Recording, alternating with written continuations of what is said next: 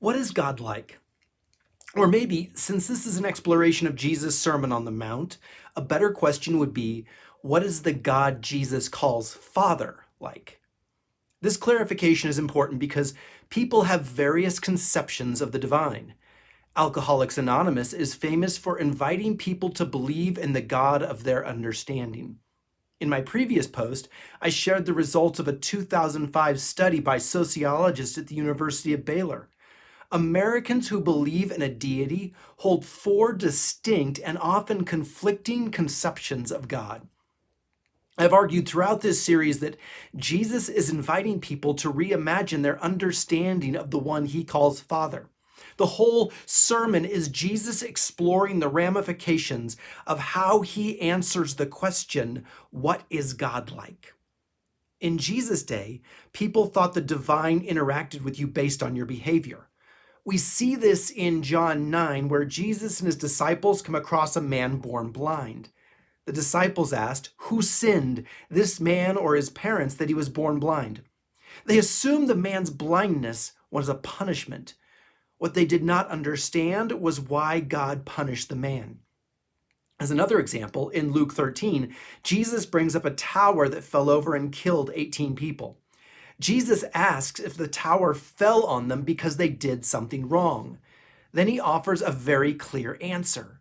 No. He brought up the example to challenge the popular conception of the day. This perception is popular in our day too. How often do people ask, why do bad things happen to good people? In my work as a funeral officiant, I regularly conduct services for young adults. Just the other day, I buried a vibrant and active 34-year-old. I even did a service for a 5-week-old once. Parents want to know why their child died. Some have openly wondered if it's a punishment from God. These modern and ancient examples suggest that God interacts with people based on their individual performance. However, in the Sermon on the Mount, Jesus says God is not like that.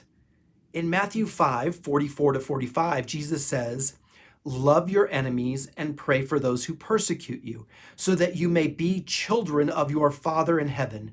For he makes his sun rise on evil and on the good, and sends rain on the righteous and on the unrighteous. The God Jesus calls Father gives good gifts to everyone. The sun rises on the evil and the good. The rain waters the crops of both the righteous and the unrighteous.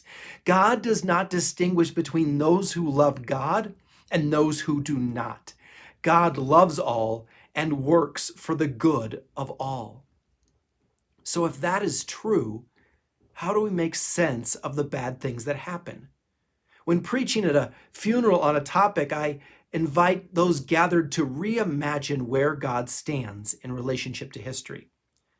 Typically, if we think of history as a timeline, we imagine God standing above it, almost as if God is a chess master looking down at the chessboard. This deity chooses to make some moves while choosing not to make others. Whatever the case, there is a manipulation of history according to divine whims and desires. No wonder we assume a cause and effect relationship between our behavior and God's activity or non-activity. But what if God sits at the end of the timeline? At the end of time is a translucent image of what it looks like when everything is very good.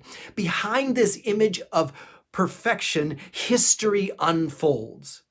From here, God is not so much the one causing things to happen, but constantly responding to what happens and is seeking somehow and some way to take what is and guide it towards what should be. In other words, God is not the cause but the cure, not the action but the reaction. From this place, God does not initiate but responds. This idea fits well with Genesis 1, which starts with an introductory statement. In the beginning, God created the heavens and the earth.